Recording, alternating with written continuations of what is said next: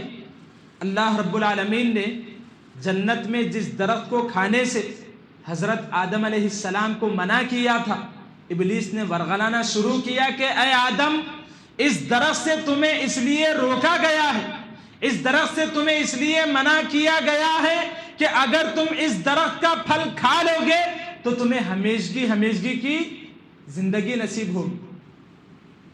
یا پھر اسی طریقے سے اس نے حضرت آدم علیہ السلام سے یہ کہا کہ اگر تم یہ پھل کھا لو گے تو تمہیں کبھی موت نہیں آئے گی۔ اس طرح اس نے سب سے پہلے تمام انسانوں کے باپ یعنی آدم علیہ السلام کو ٹارگٹ کیا، اور جب تک جنت سے نکالا نہیں چین و سکون سے نہیں بیٹھا۔ تو محترم حضرات، تصور کیجئے، سوچئے کہ جب اس نے میرے اور آپ کے والد گرامی کو نہیں چھوڑا تو عام انسانوں کی اس کی نظر میں حقیقت کیا ہے؟ یہی وجہ ہے کہ اللہ رب العالمین نے قرآن میں متعدد مقامات پر اور اللہ کے رسول صلی اللہ علیہ وسلم نے بہت ساری احادیث میں ابلیس کی ریشہ دوائیوں سے، ابلیس کی مکاریوں سے، اس کے فریب سے آگاہ کیا۔ اللہ رب العالمین نے قرآن مجید میں فرمایا وَلَا تَتَّبِعُوا خُطُوَاتِ الشَّيْطَانِ إِنَّهُ لَكُمْ عَدُوٌّ مُّبِينٌ۔ اللہ رب العالمین نے کہا کہ اے لوگو، تم شیطان کے نقش قدم پر نہ چلو، شیطان کی اتباع نہ کرو، شیطان کے راستے پر مت چلو۔ إِنَّهُ لَكُمْ عَدُوٌّ مُّبِينٌ، یقیناً وہ تمہارا کھلا دشمن ہے۔ اسی طریقے سے اللہ کے رسول صلی اللہ علیہ وسلم نے اپنے ایک حدیث میں فرمایا ان الشیطان یجری من الانسان مجرى الدم۔ اللہ کے رسول صلی اللہ علیہ وسلم نے فرمایا کہ شیطان انسانی جسم میں اسی طرح دوڑتا ہے جس طرح خون رگوں میں گردش کرتا ہے۔ تو شیطان انسان کو گمراہ کرنے کے لیے مسلسل کوشش کر رہا، دوڑ و دھوپ کر رہا ہے، مسلسل محنت کر رہا ہے۔ اگر کوئی شخص اپنے نفس کا تزکیہ نہ کرے تو عین ممکن ہے کہ وہ شیطان کے مکر و فریب کا شکار ہو جائے۔ اسی طریقے سے اللہ رب العالمین نے قرآن میں ایک جگہ شیطان کے مکر و فریب سے بچنے کی تلقین کرتے ہوئے فرمایا ان الشیطان لکم عدو فاتخذوہ عدوا۔ فرمایا یقیناً شیطان تمہارا کھلا دشمن ہے تو تم بھی اسے دشمن ہی سمجھو۔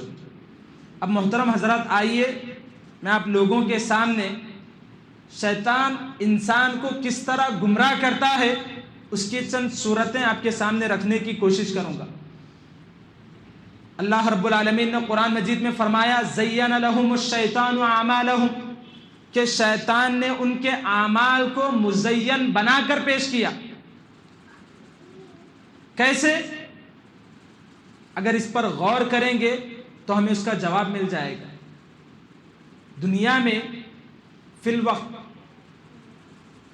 دنیا کی جو دوسری سب سے بڑی آبادی ہے مسلمانوں کی، لیکن آپ غور کیجئے کہ اس میں جو صحیح العقیدہ مسلمان ہیں، قرآن و حدیث کے مطابق زندگی گزارنے والے ہیں، ان کی تعداد بہت ہی کم ہے۔ کیوں؟ زین لہم الشیطان اعمالہم، شیطان نے ان کے اعمال کو مزین بنا کر پیش کیا۔ ایک شخص ہے بدعت کر رہا، ایک شخص ہے بدعت انجام دے رہا ہے، بدعت پر عمل کر رہا ہے، اسے موت تک اس بات کی توفیق نہیں ملتی کہ وہ جس چیز پر عمل کر رہا ہے اس کے بارے میں جان بھی لے۔ کیوں؟ اس لیے کہ شیطان نے اسے مزین بنا کر پیش کیا۔ آپ کسی بھی شخص کو پوچھ لیجئے معاشرے میں یا اگر دوست و احباب میں جان پہچان کے لوگوں میں کوئی بھی شخص ہو، آپ اس کی بدعت پر نکیر کیجئے، وہ یہی کہے گا کہ یہ تو بہت ہی اچھا کام ہے، یہ تو بہت ہی خیر کا کام ہے، یہ ثواب دلانے والا کام ہے، یہی کہے گا، جبکہ اسے یہ نہیں معلوم کہ یہ جو عمل کر رہا ہے وہ بہت ہی خطرناک عمل ہے۔ چنانچہ شیطان ضلالت کو ہدایت بنا کر اور بدعت کو سنت بنا کر دکھاتا ہے۔ اسی لیے قرآن نے کہا زین لہم الشیطان اعمالہم، کہ شیطان نے ان کے اعمال کو مزین بنا کر پیش کیا۔ اسی طریقے سے شیطان کے گمراہ کرنے کا جو دوسرا حربہ ہے، قرآن نے کہا الشیطان یعدکم الفقر ویأمرکم بالفحشاء، کہ شیطان تمہیں فقر و فاقہ سے ڈراتا ہے، وَيَأْمُرُكُمْ بِالْفَحْشَاءِ، اور تمہیں برے کاموں کا حکم دیتا ہے۔ محترم حضرات ذرا غور کیجئے، جب اللہ رب العالمین کی راہ میں خرچ کرنے کی باری آتی ہے تو فقر و فاقہ سے ڈراتا ہے کہ اگر تم اللہ کی راہ میں خرچ کرو گے تو فقیر و کنگال ہو جاؤ گے، قلاش ہو جاؤ گے، لیکن وہی دنیاوی کام ہو، وہی شادی بیاہ کے موقع ہو، وہی اپنے انا کو دکھانے کا موقع ہو، ایسی صورت میں شیطان فقر و فاقہ سے ہرگز نہیں ڈراتا۔ تو یہ بھی شیطانی ہیلے ہیں، یہ بھی شیطانی مکر و فریب ہے۔ اسی طریقے سے حضرت جابر بن عبداللہ رضی اللہ عنہ کی حدیث ہے، فرماتے ہیں کہ اللہ کے رسول صلی اللہ علیہ وسلم نے فرمایا کہ شیطان ہر صبح پانی پر اپنا تخت بچھاتا ہے، پانی پر اپنا تخت بچھاتا ہے، پھر اس کے بعد تمام چیلو چاٹوں سے پوری دن بھر کی مصروفیت کے بارے میں پوچھتا ہے۔ ایک شیطان آ کر کہتا ہے کہ میں نے یہ دن فلاں فلاں برے کام کی، انسانوں کو ٹارگٹ کیا، تو ابلیس اسے وہاں سے ہٹا دیتا ہے۔ تقریباً آخر میں ایک شیطان آتا اور آ کر کہتا ہے کہ میں نے میاں بیوی کے درمیان تفریق ڈال دی۔ فوراً ابلیس اڑتا ہے، اس کی پیٹھ تھپ تھپاتا ہے اور تخت پر اپنے بازو میں اسے جگا دیتا ہے۔ کیوں؟ اس لیے کہ اگر میاں بیوی کا مسئلہ گڑبڑا جائے، میاں بیوی میں تفریق ہو جائے، تو اس کا اثر صرف میاں بیوی پر نہیں پڑتا بلکہ اس کا اثر پورے خاندان پر، پورے معاشرے پر پڑتا ہے۔ چنانچہ بچے بھی اس کی لپیٹ میں آ جاتے ہیں، دونوں رشتوں کی طرف سے جو دوست و احباب ہیں وہ بھی اس کی لپیٹ اور چپیٹ میں آ جاتے ہیں، پھر جو دونوں خاندان ہیں وہ بھی اس کی لپیٹ میں آ جاتے ہیں۔ اسی لیے شیطان اٹھ کر اسے شاباشی دیتا ہے۔ اسی طریقے سے شیطان کے گمراہ کرنے کا ایک اور طریقہ وہ یہ ہے، صحیح مسلم کی روایت ہے کہ اللہ کے رسول صلی اللہ علیہ وسلم نے فرمایا کہ جب انسان سجدہ کرتا ہے تو شیطان اس سے الگ ہوتا ہے اور رونا شروع کر دیتا ہے۔ انسان جب اللہ کے لیے سجدہ کرتا ہے تو شیطان اس سے الگ ہو کر رونا شروع کر دیتا اور کہتا ہے، ہائے میری تباہی و بربادی، ابن آدم کو سجدے کا حکم دیا گیا، اس نے سجدہ کیا، اس کے لیے جنت ہے، جبکہ اللہ رب العالمین نے مجھے سجدے کا حکم دیا، میں نے نافرمانی کی اور میرے لیے آخرت میں تباہی اور جہنم ہے۔ اسی حسد کی آگ میں، اسی جلن میں وہ چاہتا ہے کہ اپنے ساتھ انسانوں کو بھی جہنم میں لے جائے۔ تو محترم حضرات، یہاں پر تزکیے کی اہمیت ہمیں سمجھ میں آتی ہے۔ دیکھیے جتنے بھی انسان ہیں، ہر شخص دودھ کا دھلا نہیں ہوتا، ہر شخص سے کچھ نہ کچھ گناہ ہوتے ہیں، لیکن گناہ ہونے کے بعد فوراً استغفار طلب کرنا، اللہ رب العالمین کی جناب میں پیش ہونا، یہ تزکیہ۔ اگر ویسے ہی گناہوں پر کاربند رہیں گے، گناہوں پر ڈٹے ہوئے رہیں گے تو عین ممکن ہے کہ شیطان ہمیں اللہ رب العالمین کے راستے سے اچک کر شیطانی راہوں پر پوری طریقے سے ڈال دے۔ محترم حضرات، تزکیہ کہتے ہیں کہ پوری طریقے سے شرک اور بدعات سے بچتے ہوئے قرآن و حدیث کے مطابق زندگی گزارنے کو تزکیہ کہتے ہیں۔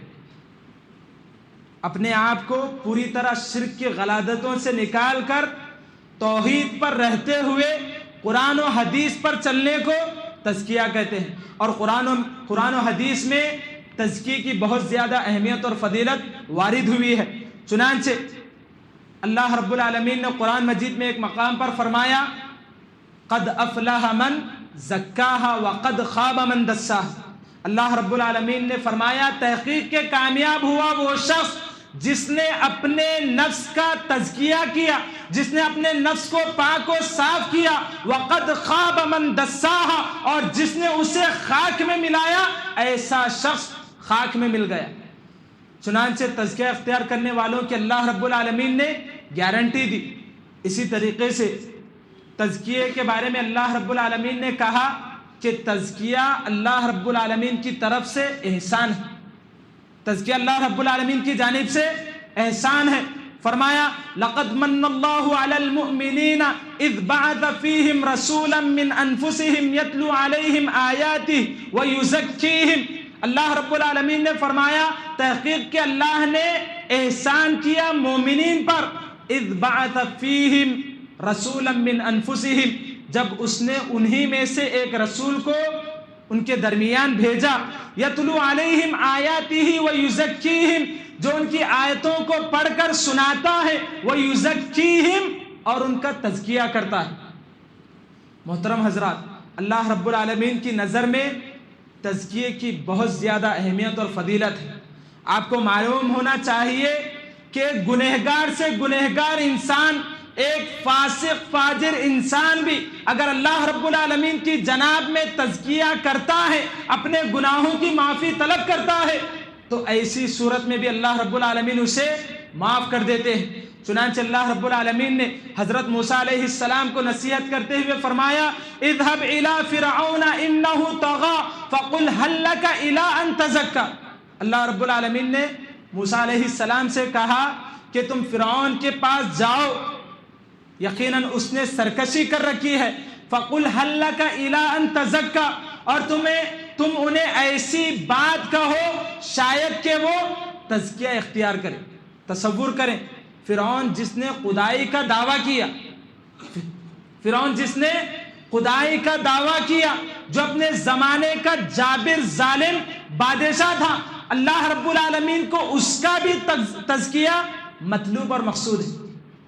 تو معلوم ہوا کہ گنہگار سے گنہگار انسان بھی، فاسق ترین فاجر ترین انسان بھی اگر اپنے نفس کا تزکیہ کرتا ہے تو ایسی صورت میں اللہ رب العالمین کے ہاں قابل قبول ہے. اللہ کے رسول صلی اللہ علیہ وسلم کا ایک واقعہ ہے کہ اللہ کے رسول صلی اللہ علیہ وسلم مکہ کی دعوتی زندگی میں، ابتدائی زندگی میں ایک جگہ بیٹھے ہوئے تھے، اور اللہ کے رسول صلی اللہ علیہ وسلم کے پاس تمام سرداران قریش جمع تھے. اللہ کے رسول صلی اللہ علیہ وسلم انہیں اسلام کی دعوت دے رہے تھے. ایسے میں ایک نابینا صحابی، کون؟ نابینا صحابی حضرت عبداللہ ابن ام مکتوم رضی اللہ عنہ وہاں پر حاضر ہوئے. اللہ کے رسول صلی اللہ علیہ وسلم کو ان کا آنا ناگوار گزرا. اللہ کے رسول صلی اللہ علیہ وسلم نے تیوریاں چڑھائی تو اللہ رب العالمین نے فوراً سورہ عبس نازل فرما کر تنبیہ کی، کہا عبس وتولی ان جاءہ الاعمی. اللہ رب العالمین نے کہا کہ اس نے تیوریاں چڑھائی اور اپنا منہ پھیر لیا جبکہ اس کے پاس ایک اندھا شخص آیا، شاید کہ وہ تزکیہ حاصل کرے.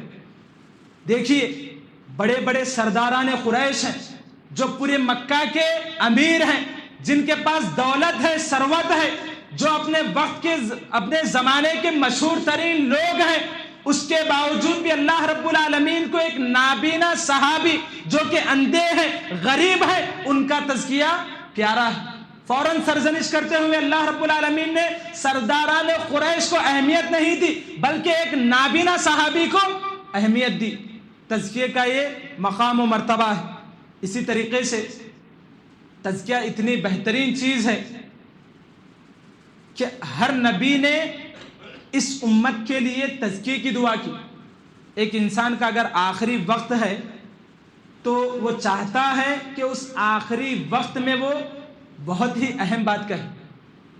آخری وقت میں اس کی زندگی کا جو سرمایہ ہے، پوری زندگی کاٹ کر اس نے جو اصل مقصد حاصل کیا ہے، اسی چیز کو وہ آخری وقت میں بیان کرنے کی کوشش کرتا ہے.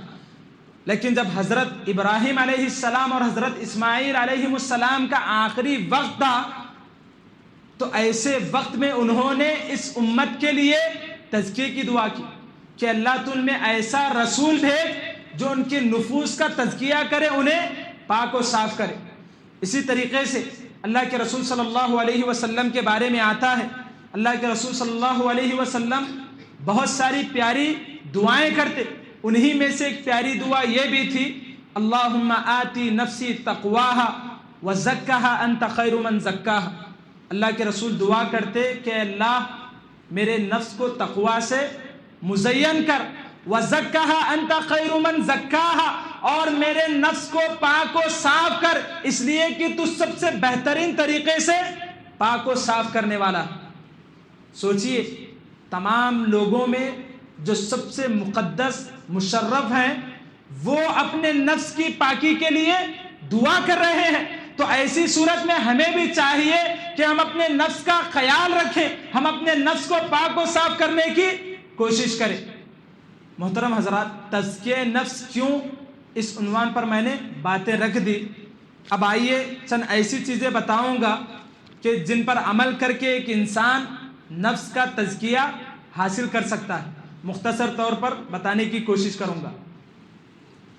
نفس کی پاکی کے لیے، نفس کی تزکیے کے لیے سب سے ضروری چیز اخلاص ہے۔ چنانچہ اللہ رب العالمین نے قرآن مجید میں فرمایا وَمَا أُمِرُوا إِلَّا لِيَعْبُدُوا اللَّهَ مُخْلِصِينَ لَهُ الدِّينَ، اور انہیں حکم نہیں دیا گیا مگر اس بات کا کہ وہ اللہ رب العالمین کی عبادت کریں خالص ہو کر۔ یہ تمام ایسی چیزیں ہیں کہ اگر یہ انسان سے مفقود ہو جائیں تو انسان تزکیے سے نکل جاتا ہے۔ تو اس میں سب سے پہلی چیز ہے اخلاص۔ کوئی بھی عمل کرے، چاہے وہ معمولی سے معمولی عمل ہی کیوں نہ ہو، صرف اور صرف اللہ رب العالمین کے لیے ادا کریں، اخلاص کے ساتھ، خلوص کے ساتھ اس عمل کو انجام دے۔ حضرت ابو حمامہ رضی اللہ عنہ کی حدیث ہے، فرماتے ہیں کہ ایک شخص اللہ کے رسول صلی اللہ علیہ وسلم کے پاس آیا اور اس نے آ کر فرمایا ارأیت رجلا غزا یلتمس فیہ الاجر والذکر ما لہ، اس نے آ کر اللہ کے رسول سے کہا اللہ کے رسول، ایک شخص ہے جو اللہ کی راہ میں اجرت اور شہرت کے لیے لڑتا ہے، تو اس کا معاملہ کیا ہے؟ اللہ کے رسول صلی اللہ علیہ وسلم نے فرمایا لا شیء لہ، اس کے لیے کچھ بھی نہیں۔ اس شخص نے اللہ کے رسول صلی اللہ علیہ وسلم سے 3 مرتبہ یہی سوال کیا کہ اللہ کے رسول اس شخص کے بارے میں بتائیے جو صرف شہرت کے لیے اور اجر کے لیے اللہ کی راہ میں جہاد کرتا ہے۔ اللہ کے رسول نے 3 مرتبہ یہی فرمایا کہ اس کے لیے کچھ بھی نہیں۔ اس کے بعد اللہ کے رسول صلی اللہ علیہ وسلم نے فرمایا کہ یقیناً اللہ رب العالمین صرف اسی عمل کو قبول فرماتے ہیں جو عمل صرف اللہ رب العالمین کے لیے بجا لایا جائے۔ اب ایک شخص ہے لوگوں کو دکھانے کے لیے، لوگوں کے درمیان اپنے آپ کو عبادت گزار بتانے کے لیے پورا دن 24 گھنٹے بھی عبادت کرتا ہے تو اس کی عبادت کا کوئی اجر نہیں۔ تو شیطان یہاں پر اخلاص پر ٹارگٹ کرتا ہے، شیطان اخلاص پر ٹارگٹ کرتا ہے تاکہ انسان جو بھی عمل کر رہا ہے اسے اس کے عمل کا بدلہ بالکل نہ ملے۔ اسی طریقے سے نفس کے تزکیے کے لیے دوسری سب سے اہم چیز اللہ کے رسول صلی اللہ علیہ وسلم کی سنت کی اتباع ہے۔ اللہ کے رسول صلی اللہ علیہ وسلم کی سنتوں کی اتباع ہے۔ اللہ رب العالمین نے قرآن مجید میں فرمایا وَمَا آتَاكُمُ الرَّسُولُ فَخُذُوهُ وَمَا نَهَاكُمْ عَنْهُ فَانْتَهُوا، کہ لوگوں جو کچھ رسول تمہیں دے تم اسے لے لو، اور جس چیز سے رسول منع کرے اس سے فوراً رک جاؤ۔ معلوم ہوا کہ کوئی بھی عمل کیوں نہ ہو، اگر اس پر اللہ کے رسول صلی اللہ علیہ وسلم کی سنت کی مہر لگی ہے تبھی وہ عمل قابل قبول اور قابل اجر و ثواب ہے۔ مثال کے طور پر فجر کی نماز، فرض نماز 2 رکعت ہے، فجر کی فرض نماز 2 رکعت ہے۔ اب اگر ایک بدعتی شخص آ کر کہتا ہے کہ مجھے اللہ کے رسول صلی اللہ علیہ وسلم کی عبادت میں بہت مزہ آتا ہے، میں اللہ رب العالمین کے لیے عبادت کرنا چاہتا ہوں لیکن 2 کی جگہ 4 پڑھنا چاہتا ہوں، تو اس کا وہ عمل قابل قبول نہیں۔ کیوں؟ اس لیے کہ اس نے اللہ کے رسول صلی اللہ علیہ وسلم کی خلاف ورزی کی۔ اسی طریقے سے ایک بہت بڑے تابعی قاضی فضیل بن عیاض فرماتے ہیں فَإِنَّ الْعَمَلَ إِذَا كَانَ خَالِصًا وَلَمْ يَكُنْ ثَوَابًا لَمْ يُقْبَلْ۔ دیکھیے کوئی بھی عمل کیوں نہ ہو، کوئی بھی عمل کیوں نہ ہو، چاہے وہ کتنا بڑا ہی کیوں نہ ہو یا کتنا چھوٹا ہی کیوں نہ ہو، اگر اس عمل کے اندر دو چیزوں پر غور نہ کیا جائے تو وہ عمل قابل مردود ہے۔ سب سے پہلی چیز اخلاص، اور دوسری چیز اللہ کے رسول صلی اللہ علیہ وسلم کی سنت۔ قاضی فضیل کہتے ہیں فَإِنَّ الْعَمَلَ إِذَا كَانَ خَالِصًا وَلَمْ يَكُنْ ثَوَابًا لَمْ يُقْبَلْ، کہ اگر عمل خالص ہو، عمل صرف اللہ رب العالمین کی خوشنودی کے لیے ادا کیا جائے، لیکن وہ عمل اللہ کے رسول صلی اللہ علیہ وسلم کی سنتوں کے مخالف ہو، تو ایسا عمل قابل قبول نہیں ہوگا۔ پھر فرماتے ہیں وَإِنْ كَانَ صَوَابًا وَلَمْ يَكُنْ خَالِصًا لَمْ يُقْبَلْ، اور اگرچہ کہ عمل اللہ کے رسول صلی اللہ علیہ وسلم کی سنتوں کے عین مطابق ہو، احادیث کی روشنی میں ہو، ٹھیک ہو، درست ہو، لیکن اخلاص سے خالی ہو، تو ایسا عمل بھی قبول نہیں کیا جائے گا۔ سلف اسے پرندے سے تشبیہ دیتے تھے۔ مثال کے طور پر آسمان کی فضاؤں میں ایک پرندہ اڑ رہا ہو، اس کا ایک پر اخلاص کا ہو اور دوسرا پر سنت کا ہو۔ اگر ایک پر بھی خراب ہو جائے، اخلاص کا پر خراب ہو جائے، تو سیدھا پرندہ زمین پر گرے گا، یا نہیں تو سنت کا جو پر ہے وہ خراب ہو جائے، اخلاص کا پر ٹھیک ہو، تو ایسی صورت میں بھی پرندہ سیدھا زمین پر گرے گا۔ یہی مثال انسان کے اعمال کی۔ اگر کوئی عمل کر رہا ہے، اس کے اندر اخلاص ہے، خلوص کے ساتھ، للہیت کے ساتھ، صرف اور صرف اللہ رب العالمین کے لیے انجام دے رہا ہے، لیکن وہ عمل اللہ کے رسول صلی اللہ علیہ وسلم کی سنتوں کے مخالف ہے، تو اس کا کوئی فائدہ نہیں۔ یا پھر اللہ کے رسول صلی اللہ علیہ وسلم کی سنتوں کے عین مطابق ہے، احادیث کی روشنی میں ہے، لیکن اس کے پاس اخلاص نہیں، تو ایسی صورت میں بھی اس عمل کا کوئی فائدہ نہیں۔ تو محترم حضرات، شیطان یہاں پر دیکھیے، اکثر انسانوں کو آپ دیکھیے دو چیزوں میں مار کھاتے ہیں۔ بہت سارے لوگ اگر اخلاص ہوگا تو سنت رسول نہیں ہوگی، یا پھر اگر سنت رسول ہوگا تو اخلاص نہیں ہوگا۔ بہت کم لوگ ہوتے ہیں جن کے پاس دونوں چیزیں ہوتی ہیں۔ تو شیطان ان چیزوں کو ٹارگٹ کرنے کی کوشش کرتا ہے تاکہ انسان عمل سے پوری طرح محروم کر دیا جائے۔ عمل تو انسان کر لیتا ہے، لیکن عمل کے باوجود بھی اسے اجر و ثواب نہیں ملتا۔ اسی طریقے سے نفس کے تزکیے کے لیے چوتھی سب سے اہم چیز نیت کی درستگی۔ چوتھی سب سے اہم چیز نیت کی درستگی ہے۔ عمر بن خطاب رضی اللہ عنہ کی حدیث ہے، اللہ کے رسول صلی اللہ علیہ وسلم نے فرمایا انما الاعمال بالنیات، یقیناً اعمال کا دار و مدار نیتوں پر ہے۔ اس کے بعد اللہ کے رسول صلی اللہ علیہ وسلم نے فرمایا ایک شخص اگر نیک خوبصورت بیوی کو اور دنیاوی مال و متاع کو پانے کے لیے ہجرت کرتا ہے تو اسے ہجرت کا ثواب نہیں ملے گا، اور ایک شخص صرف اللہ رب العالمین کی رضا کے لیے صحیح نیت کے ساتھ، درست نیت کے ساتھ اللہ رب العالمین کی خاطر ہجرت کرتا ہے تو اسے ہجرت کا ثواب ملتا ہے۔ اسی طریقے سے نیت کا درست ہونا بہت زیادہ ضروری ہے۔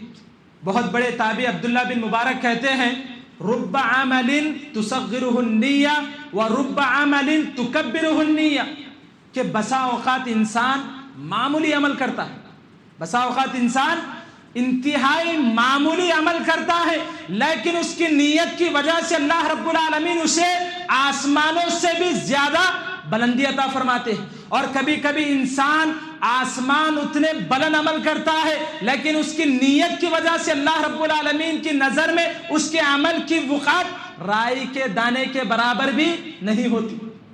ایک شخص ہے، مالدار ہے، اللہ رب العالمین نے اسے دولت سے نواز رکھا ہے، اگر انسانوں کو دکھانے کے لیے اللہ کی راہ میں اربوں کھربوں پیسہ بھی خرچ کرے تو اس کے انفاق کی اللہ رب العالمین کے نزدیک کوئی اہمیت نہیں۔ اگر وہی ایک غریب شخص ہے، اس کی جمع پونجی 10 روپیہ ہے، دن بھر کی جمع پونجی 10 روپیہ ہے، اگر اس میں سے وہ 1 روپیہ صرف اللہ رب العالمین کی صحیح نیت کے ساتھ اللہ کی راہ میں خرچ کرتا ہے تو اللہ رب العالمین کے نزدیک اس کی اہمیت ہے۔ چنانچہ ایک مشہور حدیث ہے، اللہ کے رسول صلی اللہ علیہ وسلم نے فرمایا کہ قیامت حشر کے میدان میں تمام لوگوں کے سامنے اللہ رب العالمین 3 لوگوں کو لائے گا. ان میں سے ایک حافظ قرآن ہوگا، دوسرا مالدار ہوگا، تیسرا مجاہد ہوگا.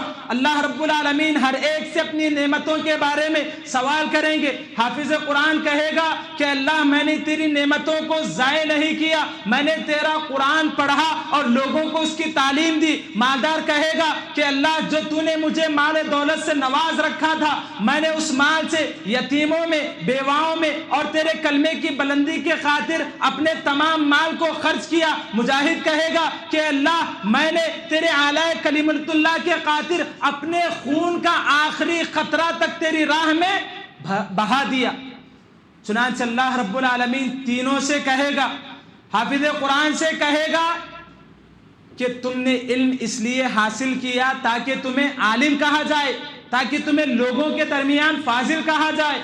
اور مالدار سے کہے گا کہ تم نے اپنا مال اس لیے خرچ کیا تاکہ لوگ تمہیں سخی کہیں. اور مجاہد سے کہے گا کہ تم نے میری راہ میں اس لیے جہاد کیا تاکہ تمہیں بہادر کہا جائے. یہ سب تمہیں دنیا میں کہا جا چکا، اب میرے پاس تمہارے لیے کچھ بھی نہیں. چنانچہ اللہ رب العالمین کے حکم سے ان 3 لوگوں کو فرشتے چہرے کے بل گھسیٹتے ہوئے سیدھا جہنم میں پھینکیں گے. غور کرنے کا مقام ہے، یہاں پر علم کی فضیلت ہے.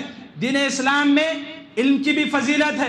دین اسلام میں انفاق یعنی اللہ رب العالمین کے راستے میں پیسہ خرچ کرنے کی بھی فضیلت ہے، اور اللہ رب العالمین کی راہ میں جہاد کرنے کی بھی فضیلت ہے. لیکن ان اعمال میں اگر انسان کی نیت درست نہ ہو تو ایسی صورت میں اسے کچھ بھی ملنے والا نہیں، بلکہ اس پر اسے عذاب سے نوازا جائے گا. تو محترم حضرات، شیطان انسان کی نیتوں کو بھی ٹارگٹ کرتا ہے. آپ کبھی غور کر کے دیکھیے، کسی اچھے عمل کو انجام دینے کا سوچیے، شیطان فوراً آپ کی نیت کو ٹارگٹ کرے گا.